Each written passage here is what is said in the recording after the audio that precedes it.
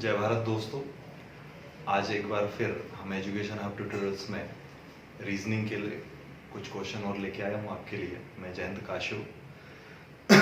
आज के लिए कुछ ऐसे इम्पोर्टेंट क्वेश्चंस हैं जो एग्ज़ाम में आते हैं और अल्फ़ाबेट के लिए बहुत इम्पोर्टेंट होते हैं हमारे लिए। आप थोड़ा ध्यान से क्वेश्चंस को पढ़िएगा और क्वेश्चंस को एक बार सॉल्व करने की प्लीज़ कोशिश करें। अपने आप से वीडियो को पॉज करके एक बार क्वेश्चंस को सॉल्व करके देखें। आपको 2 सेकंड का टाइम है, आप जरूर देखिए। फिर हम लोग स्टार्ट करते हैं कि इनको सॉल्व कैसे किया जा सकता है।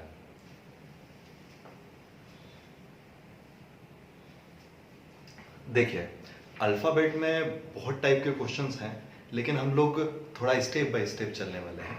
तो उसी स्टेप में हम लोग पहले कुछ क्वेश्चंस लेकर आया हूँ। इन क्वेश्चंस की प्रैक्टिस भी आपको करनी चाहिए, क्योंकि ये एग्जाम का पार्ट बन चुके हैं और थोड़े से लेवली क्वेश्चन है।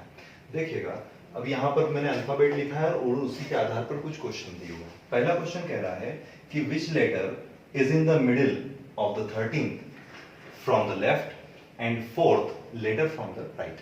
देखिएगा, हिंदी में भी लिखा है क्वेश्चन, आप ध्यान से पढ़ सकते हैं। क्वेश्चन कह रहा है कि बाएं से 13वें अक्षर, बाएं से 13वां अक्षर हमें पता है M होता है, और दाएं से चौथा अक्षर हमें पता है W होता है।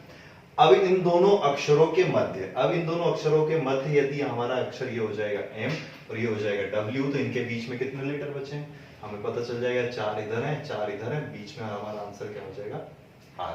ये एक तरीका है, यदि आपको अल्फाबेट दिख रहा है, क्वेश्चन में लिखा हुआ है, तो आप देख के कर सकते हैं। या फिर एक तरीका और है कि ध्यान रखिए, यदि यहाँ पर 13 लेटर है आगे से और पीछे से कितना है, चौथा लेटर है, टोटल हो गए कितने 17। यदि मैं 26 में से 17 माइनस करूंगा तो बचेगा कितना 9, और 9 लेटर क्या है M और W के बीच के बचे हुए हैं। अब 9 को जब हम डिवाइड करते हैं, बीच का चाहिए, तो हम 4 इधर हो जाएंगे और 4 इधर हो जाएंगे, 8 और बीच का 9 हो जाएगा। तो 13 से क्या गिन सकते हैं, 5वां अक्षर, क्योंकि देखिए 4 ये 5वां ये, तो 1 2 3 4 5वां अक्षर ये एक तरीका ये हो सकता है। जितने भी पॉसिबल क्वेश्चंस इस प्रकार से आते हैं, उनको इन्हीं प्रकार से कि ध्यान आपका अल्फाबेट पर ही होना चाहिए।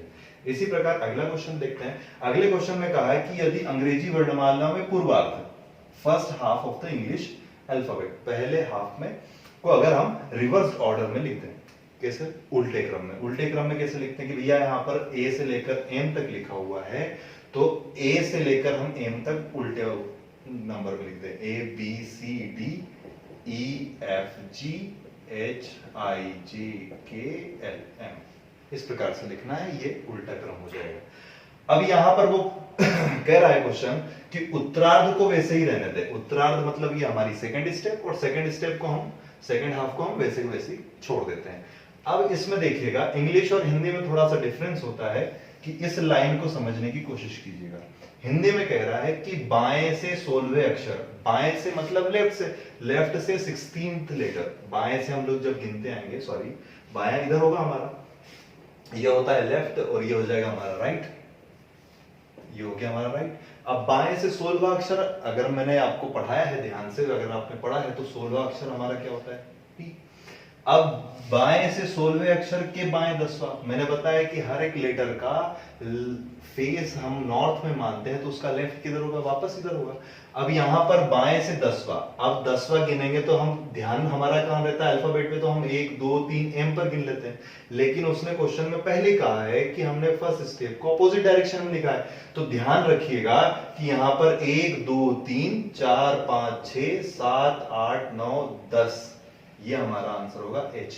यदि मैं इसको साफ कर दूं तो भी आपका, यदि दिमाग थोड़ा सा अगर चलाएंगे, तो यहां से भी हम काउंट कर सकते हैं। कैसे, कि हमें पता है कि फर्स्ट हाफ अपोजिट है, तो हम यहां पर लिख देंगे 10वां चाहिए हमें, तो 1 2 यहां से गिन लिया, ये तो 2 हो गए, अब 8 इधर हो जाएंगे, तो 2 के बाद 3 4 5 6 7 8, ये हमारा आंसर हो जाएगा H।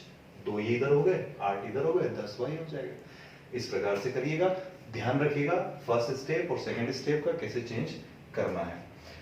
अगला क्वेश्चन देखते हैं। थर्ड क्वेश्चन क्या कह रहा है कि यदि अंग्रेजी वर्णमाला के उत्तरार्ध को उल्टे क्रम में लिखा जाए, उत्तरार्ध मतलब second half, second step, second step को क्या कर दिया, अपोजिट डायरेक्शन में लिख दिया, उल्टे क्रम में लिख दिया। अब अपोजिट डायरेक्शन में लिखा हुआ है और क्वेश्चन पूछ रहा है कि दाएं से 20वां, दाएं से कौन सा हो जाएगा, ये दाएं से हमारा 20वां, दाएं से 20वां हम जब काउंट करेंगे तो यहां पर देखिए कि यहां पर तक तो 13 होते हैं हमारे, ये हो गए 13, ये हो जाएगा 14, 15, 16, 17, 18, 19, 20।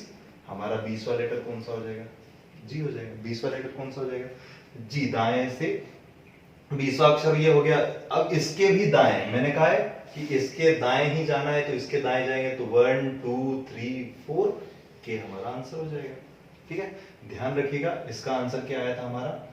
आर पहले वाले का, दूसरे वाले क्वेश्चन का आंसर क्या आया था हमारा? एच, और तीसरे वाले क्वेश्चन का हमारा आंसर आया है के। इस प्रकार से ध्यान रखिएगा। अब इसमें हमने जब उत्तरार्ध को उल्टा किया तो उसमें हमारा कोई भी यूज उत्तरार्ध का नहीं हुआ है। क्वेश्चन को ध्यान से समझिएगा। लास्ट क्वेश्चन क्या कह रहा है? ध्यान से क्वेश्चन, लास्ट फोर्थ क्वेश्चन जो है बहुत ही अच्छा क्वेश्चन है। इस टाइप के क्वेश्चन भी आपके दिमाग में थोड़ी सी हलबली कर सकते हैं। कह रहा है कि अंग्रेजी वर्णमाला के सेकंड स्टेप, सेकंड हाफ को उल्टे क्रम में, विपरीत क्रम में, रिवर्स ऑर्डर में हमने लिख दिया है। ठीक है, अंग्रेजी वर्णमाला के विपरीत में लिख दिया है सेकंड स्टेप को। अब उसने आगे बोला है कि प्रारंभ में आने वाला और अंत में आने वाला दो लेटर होंगे, दो अक्षर है हमारे पास। एक जो है स्टार्टिंग में आएगा वो वाला स्वर, प्रारंभ में आने वाला स्वर और अंत में आने वाला स्वर। ये ध्यान रखना कि अंग्रेजी वर्णमाला में हमने सेकंड स्टेप को क्या कर दिया है? ऑपोजिट डायरेक्शन में लिख दिया है। ये ऑपोजिट डायरेक्शन में लिखा हुआ है। अब जो नया सीरीज बना, एक नया सीरीज बना है, उसमें प्रारंभ में तो, इसमें तो ए आएगा, प्रारंभ में ए आएगा स्वर, और जब ये वाला जब हम रिपीट ऑर्डर में लिखेंगे तो एन चले जाएगा लास्ट में। तो इधर से जब हम देखेंगे यहां से, क्योंकि ये हमारा लास्ट एंड है, ये ऑपोजिट डायरेक्शन में लिखा हुआ है, तो यहां पर एन आ जाएगा और यहां लिखा होगा ओ। तो यहां पर अब जो होगा वो प्रारंभ में आने वाला और अंत में आने वाला स्वर, प्रारंभ में और अंत में आने वाला स्वर, उनके मध्य का अंतर, इसका नंबर होता है 1, इसका नंबर हो जाएगा, ओ का नंबर हो जाएगा 15, और 15 में से 1 माइनस करेंगे तो बचेगा कितना? 14। तो हमारे फोर्थ नंबर क्वेश्चन का आंसर कितना हो जाएगा? 14। तो इसी प्रकार बहुत सारे क्वेश्चन इस टाइप पर बनते हैं। बहुत सारे क्वेश्चंस आपको करने हैं। जब तक आप प्रैक्टिस नहीं करेंगे, आप ध्यान रखिएगा कि आपको ऐसा लग रहा होगा कि अभी हमारे पास कोई एग्जाम नहीं है, लेकिन मैं आपको गारंटी के साथ बोल रहा हूं कि रीजनिंग आएगी ही। आप कोई सी एग्जाम की तैयारी करो और रीजनिंग में अल्फाबेट के क्वेश्चन आएंगे ही। आप किसी भी तैयारी कर लेना, आप बैंक, एसएससी, रेलवे, किसी भी एग्जाम की प्रिपरेशन करो, तो एक बार इनको क्वेश्चंस को सॉल्व करके देखिए, और इस टाइप के क्वेश्चंस ऑनलाइन जाकर लगाने की कोशिश कीजिएगा। ऑनलाइन जितने ज्यादा क्वेश्चन लगाएंगे आपके लिए फायदेमंद होगा। यदि आपको कुछ और क्वेश्चन, यदि ऐसा लगता है कि कुछ जरूरत है और भी क्वेश्चन करने की, तो आप बाकायदा कमेंट करके हम बता सकते हैं, और जो भी आपको डाटा चाहिए वो भी हम आपको प्रोवाइड करा सकते हैं।